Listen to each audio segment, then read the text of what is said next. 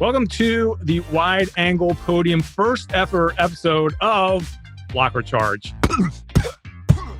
We're taking the block or charge concept and we're moving it over to cycling because, there are plenty of opportunities in the cycling world. We're going to look at a few of them now. To help me with that, from Athens, Georgia, we got Elliott, the cheat, Caldwell. Elliott, how's it going?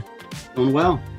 Awesome. And back once again, Wide Angle Podium regular from Orlando, Florida, the super rookie, Tim. What's going on? Straight from the bubble, I am here to somehow figure out what is a block and what is a charge. And for those of you that don't know basketball, basically, offensive player has the ball dribbling down the court. They want to shoot the ball. They keep going like barreling forward. If the defense gets in front of them, is set, and they get knocked over, that's a charge. If the defense is moving or somehow moves into them and makes contact, that's a block. We're going to start with the 2016 Tour de France. We got Adam Yates. He's out front. And what do we got here? Tim, walk us through it. Very important here. He is coming up on 1 kilometer to go, is about to win the race, and none shall pass. Elliott, block or charge?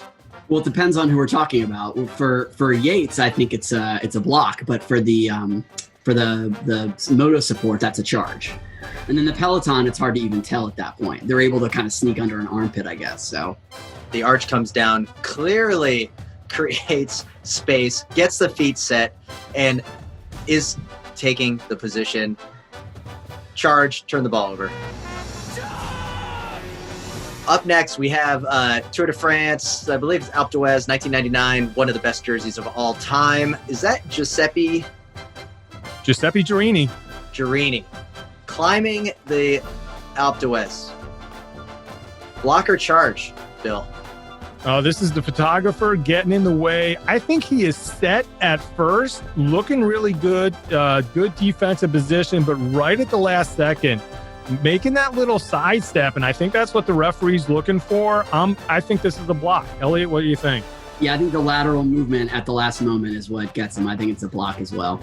It's unanimous, boys. Clearly a block. Moving on, Tim, this is the Badger, Bernard Hinault, retired as a rider, but bringing that same fire to the podium presentation. Tim, what do we got? Clearly a charge. The protester has gained the space, has the space, controls the space, and lands on his feet. This is a charge. Protester gets the ball. Let's go. I'm going block, and it's only because it's very, very rarely that a rider of this stature wins a Tour de France stage, and I feel like the protester was upstaging the little guy here, and so I'm going with blocking foul there. All right, Bill, up next, we have an all-timer here. This is multi-time Tour de France winner, and at the time, Kenyan representative at the World Championships, Chris Froome, getting ready for his debut in the individual time trial, out of the saddle, ready to put the hammer down. Block or charge? I think it's a charge. I think the guy's got his feet set. Like, he is walking, but by the time he gets to his spot, he's stopped. He stopped in place. So I'm going to go against Froome here. It's a charge. How did Froome not know where the turn was? And look at what happens. I mean, at this point in breaking away, we have plot development picking up the paper that is thrown all over the ground, and he at least gets a phone number out of the situation. Chris Froome gets up and just rides away. Clearly a charge.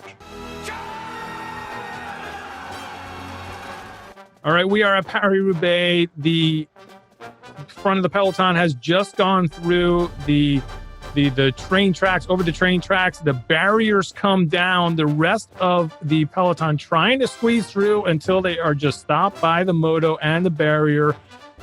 Tim, what do we got here? We have the scariest situation I've ever seen in bikes, is that you have the TVG train, TGV, bullet train coming through. Clearly has position. The tracks literally are feet set. This is 100% a charging foul by the entire professional Peloton that saw a bullet train speeding at them, and they still proceeded to cross the tracks. Yeah, I got to agree with that. Although you have to wonder if maybe the folks that were at front actually had the schedule in front of them, and so they actually had to jump on everyone else. So maybe it's more of a block on that train. I don't know. I'm going travel.